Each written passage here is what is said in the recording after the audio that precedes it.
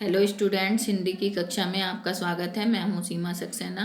आज हम गुणवाचक विशेषण के बारे में विस्तार से समझेंगे। गुणवाचक विशेषण अर्थात गुणों का बोध कराने वाला, लेकिन गुणों के साथ साथ ये दोष, रंग, आकार, अवस्था, स्थिति, स्वाद, गंध, स्पर्श, समय, स्थान, दिशा आदि का भी बोध कराता है। और इसकी परिभाषा के आधार पर ही इसके 12 भेद किए गए हैं, जो इस प्रकार हैं: गुणबोधक, दोषबोधक, रंगबोधक, आकारबोधक, स्वादबोधक, कालबोधक, दशाबोधक, दिशाबोधक, गंधबोधक, स्थानबोधक, अवस्थाबोधक और स्पर्शबोधक।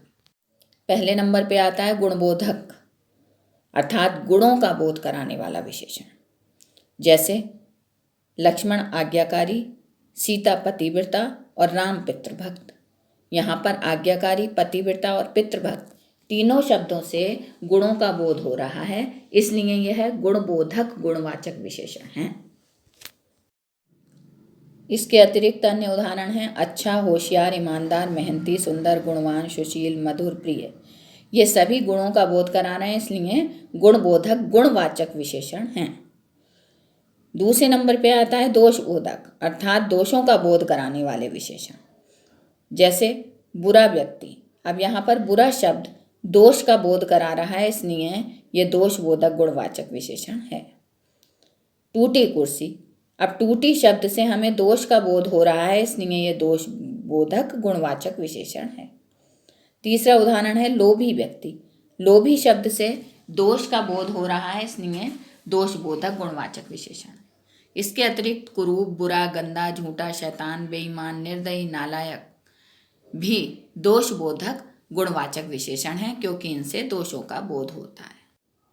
अब तीसरे नंबर पे आता है हमारा रंगबोधक अर्थात जो रंग का बोध कराए। जैसे लाल गुलाब। अब यहाँ पे लाल शब्द से हमें रंग का बोध हो रहा है, इसलिए यह रंगबोधक गुणवाचक विशेषण है। दूसरा उदाहरण है हरी पत्तियाँ। अब हरी शब्द से हमें रंग का बोध होने के कारण रंगबोधक गुणवाचक विशेषण है। तीसरा उदाहरण है पीली बत्तख। यहाँ पीला शब्द हमें रंग का बोध करा रहा है, इसलिए रंगबोधक गुणवाचक विशेषण है।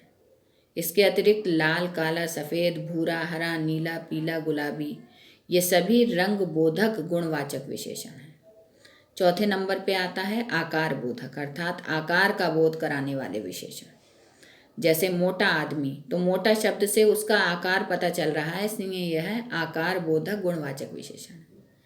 इसी तरह से दूसरा उदाहरण है छोटा बालक। यहाँ छोटा शब्द से आकार का बोध हो रहा है, इसलिए यह आकार बोधक गुणवाचक विशेषण है। तीसरा उदाहरण है लंबा आदमी। लंबा शब्द आकार का बोध करा रहा है, इसलिए यह आकार बोधक गुणवाचक विशेषण है। इसके अतिरिक्त छोटा, बड़ा, मोटा, पतला, चौड़ा, सुडौल, चौकोर, लंबा ये सभी शब्द आकार का बोध करा रहे हैं, इसलिए आकार बोधक गुणवाचक विशेषण कहलाएंगे।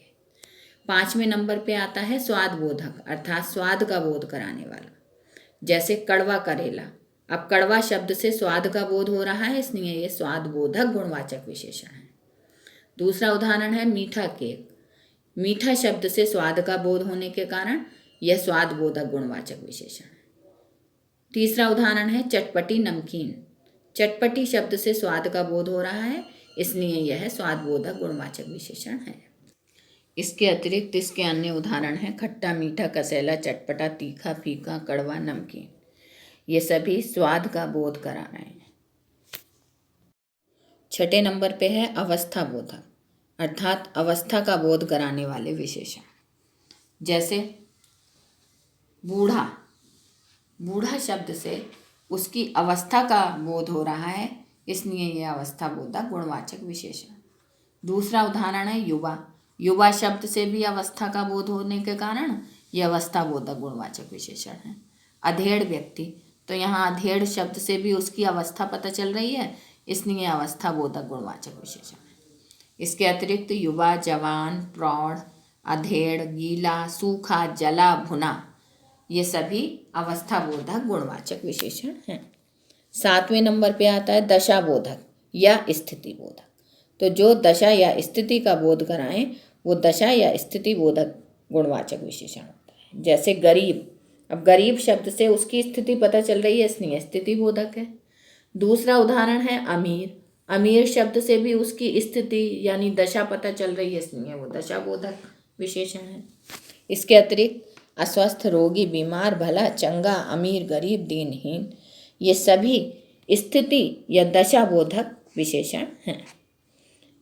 9वें नंबर पे आता है स्थान बोधक, अर्थात स्थान या जगह का बोध कराने वाला।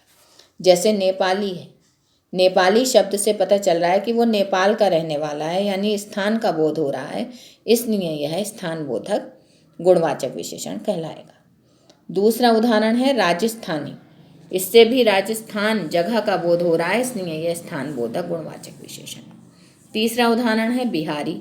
तो बिहारी शब्द से पता चल रहा है कि वो बिहार का है, स्थान का बोध हो रहा है, इसलिए यह स्थान बोधक गुणवाचक विशेषण है। इसके अतिरिक्त पहाड़ी, हिमाचली, गुजराती, मारवाड़ी, चीनी, अमेरिकन, इन सभी शब्दों से स्थान का बोध होने के कारण ये स्थान बोधक गुणवाचक विशेषण कहलाएंगे। अब 11वें नंबर पे आता है स्पर्श बोधक, अर्थात स्पर्श का बोध कराने वाले। जैसे कोमल, कठोर, मुलायम, खुरदरा, सख्त, चिकना, नुकीला, कटीले, इन सभी शब्दों से हमें स्पर्श का बोध हो रहा है, इसलिए यह स्पर्श बोधक गुणवाचक विशेषण है। अब 12वें नंबर पे है दिशा बोधक गुणवाचक विशेषण। तो जो दिशाओं का बोध कराए वो दिशा बोधक गुणवाचक विशेषण कहलाता है। जैसे उत्तरी, दक्षिणी, पश्चिमी, पूर्वी, उत्तरार्ध, पूर्वार्ध, पूर्वांचल आदि, इन सभी से हमें दिशाओं का बोध हो रहा है, इसलिए यह दिशा बोधक गुणवाचक विशेषण है।